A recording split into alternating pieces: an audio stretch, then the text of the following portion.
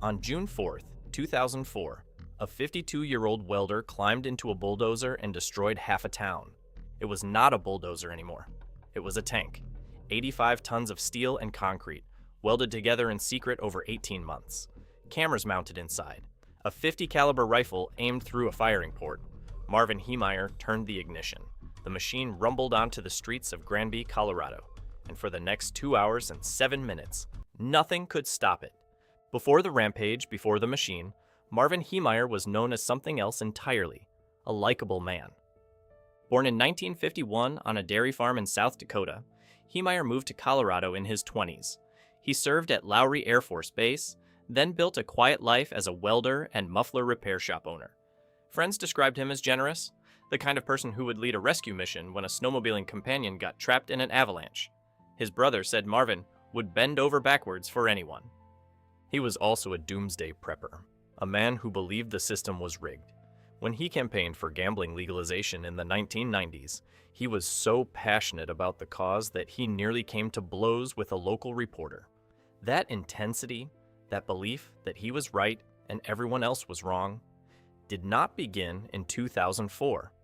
It had been hardening for years. In 1992, Heemeyer bought 2 acres of land in Granby at auction for $42,000. He planned to lease it to a friend for an auto repair shop. That plan fell apart. Instead, Heemeyer opened his own muffler shop on the property. This is where the trouble started. The property had a problem: no proper sewage system. The previous owners had buried a cement mixer in the ground as a crude holding tank. City officials told Heemeyer he needed a septic tank. Cost: roughly double what he paid for the land. Heemeyer called it extortion by government fiat. He refused to pay. Then came the Doshef family. In 1997, they began buying up surrounding land to build a concrete batch plant. They wanted Heemeyer's plot too. He named a price, $250,000. They raised the money. He raised the price.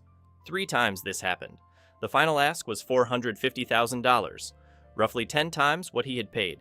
Heemeyer launched a public campaign to block the plant. He filed lawsuits. He called the Environmental Protection Agency. For a brief moment, neighbors stood with him, worried about dust and noise. But the Doshefs addressed every concern. One by one, Heemeyer's allies walked away. By April 2001, the concrete plant had full approval. Heemeyer's lawsuits were dismissed. Then the fines started arriving. $2,500 for city code violations, including the sewer he never installed. Heemeyer wrote a check. In the memo line, he wrote one word: cowards. In April 2002, his final appeal was thrown out. That same month, he traveled to California. At an auction, he bought a used Komatsu D355A bulldozer for $16,000. He told no one why. Heemeyer parked the bulldozer outside his shop with a for sale sign. Almost nobody looked twice. When it failed to sell, he interpreted it as a sign from God. He closed his muffler business. He sold the property for $400,000.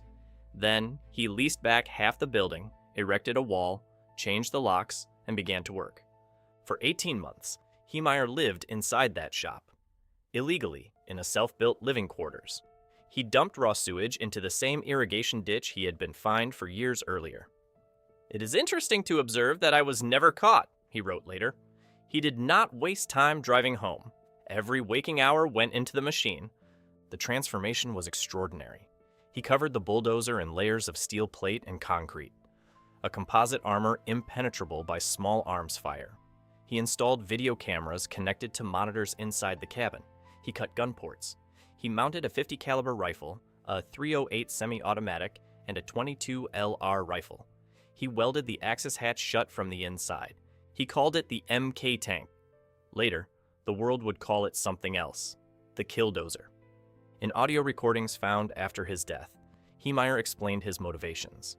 He believed the town of Granby had conspired to destroy his livelihood. He believed God had chosen him to deliver vengeance. He compiled a list of targets: specific buildings, specific people. The list was methodical. The plan was absolute. On the morning of June 4th, 2004, Marvin Heemeyer climbed into the cockpit. He sealed himself inside. There was no way out. At approximately 2:30 p.m., the Killdozer smashed through the wall of the muffler shop and entered the streets of Granby. First target, The Mountain Park concrete plant. Destroyed. Then Granby Town Hall. The building collapsed into rubble. The mayor's house. A hardware store owned by a former judge. A newspaper office. A utilities building. Propane tanks ruptured. Power lines snapped. Police fired over 200 rounds. Pistols. Shotguns. Rifles. Nothing penetrated. SWAT teams placed explosive charges against the bulldozer. Officers scrambled to evacuate residents.